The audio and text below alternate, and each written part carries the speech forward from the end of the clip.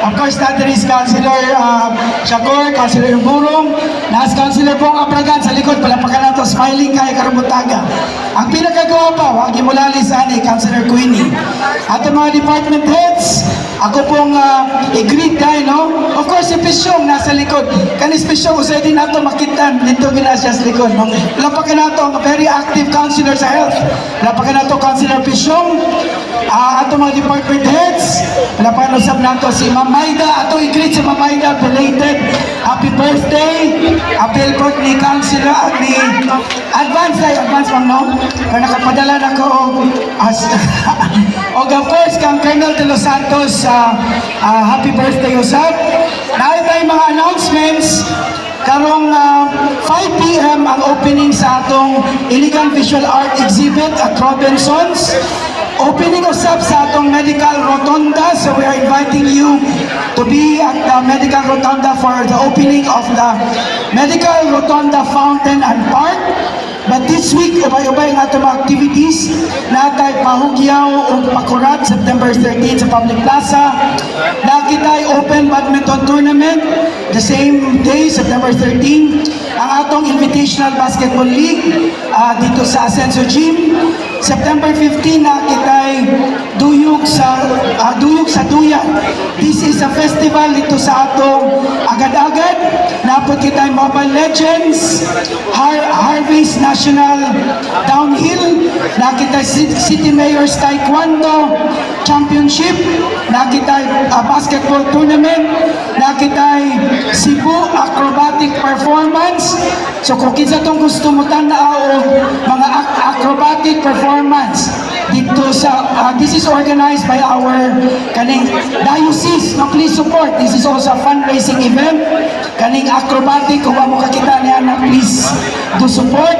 Nakitay National Dart Tournament, ang atong Miss Teen Iligan ug ang atong Invitational Swimming Competition.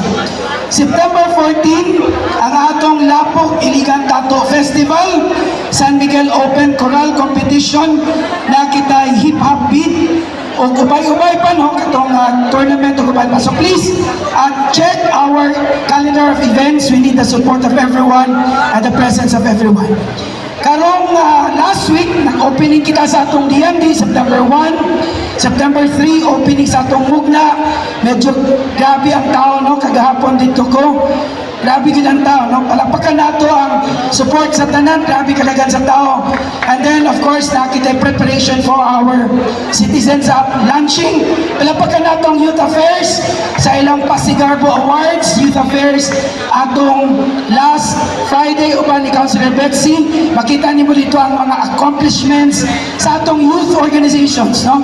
Grabe ang ilang mga gipangbuhat, impact programs and projects for the city of Iligan. And of course, ang atong market, night market, anniversary, pakanusab nato si Richie Rubio, si Virgie Unsan, for our second year night market operations. No? Bibo kayo, nagmarikol nila when we started the night market. And then this coming September 13, we'll be having our opening dito sa Mugna mismo. Nakitay upat ka activities. Opening of the lighted panika. This is an inter-barangay competition. May mga 20 ka barangays pagbutang dito panika, but it's a lighted one along the gate of Mugna. Nakitay crush art installation contest. This is an inter-school. Na 24 ka schools, 5 feet, not 3D. Gikan sa basura ilang itukod, no? Into a 3D art. That's a competition inter-school. Napit kitay landscape competition dito. Ag ang pinakalas, ang atong inter-barangay na agri-trade fair dito gyapon sa Mugna. So in other words, ang atong Mugna, ubay-ubay yun ang atong attractions dito. And lastly, with the support of the mayor, nakita niyo lately ang atong mga estudyante ga-compete yun siya internationally.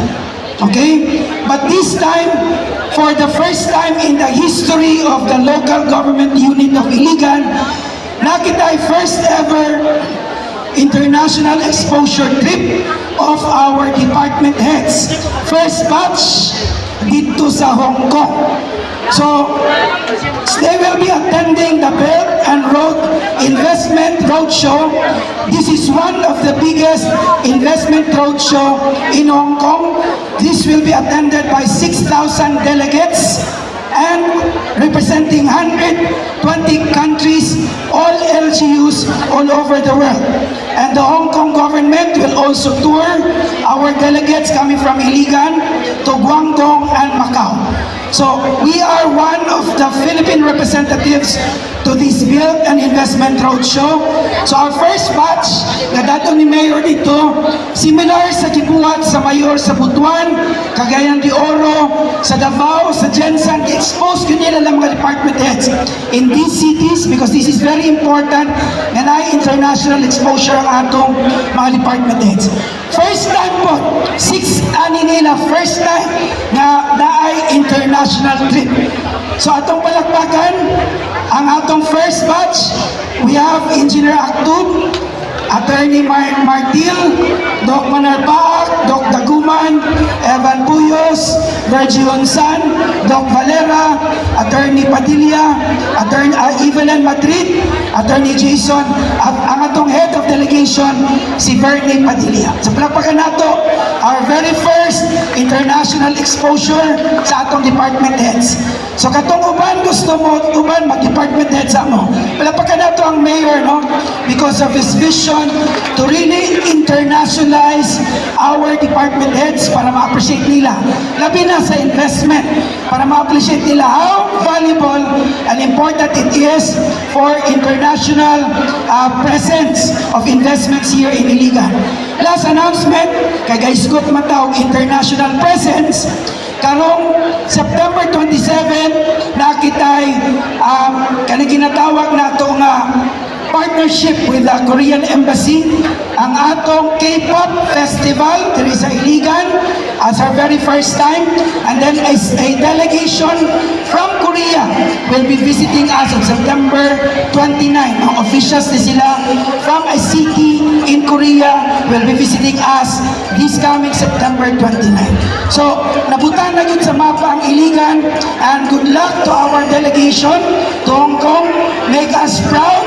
Sell Iligan, now invest Iligan, and I hope in your visit to Hong Kong, you can bring in investors to the city of Iligan.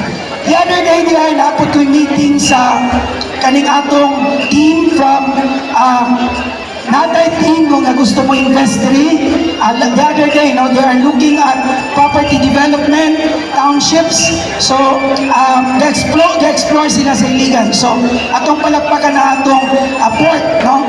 Port kay sila instrumental in bringing in investors sa Iligan. Nagkasalamat, Asenso Iligano, kanapit.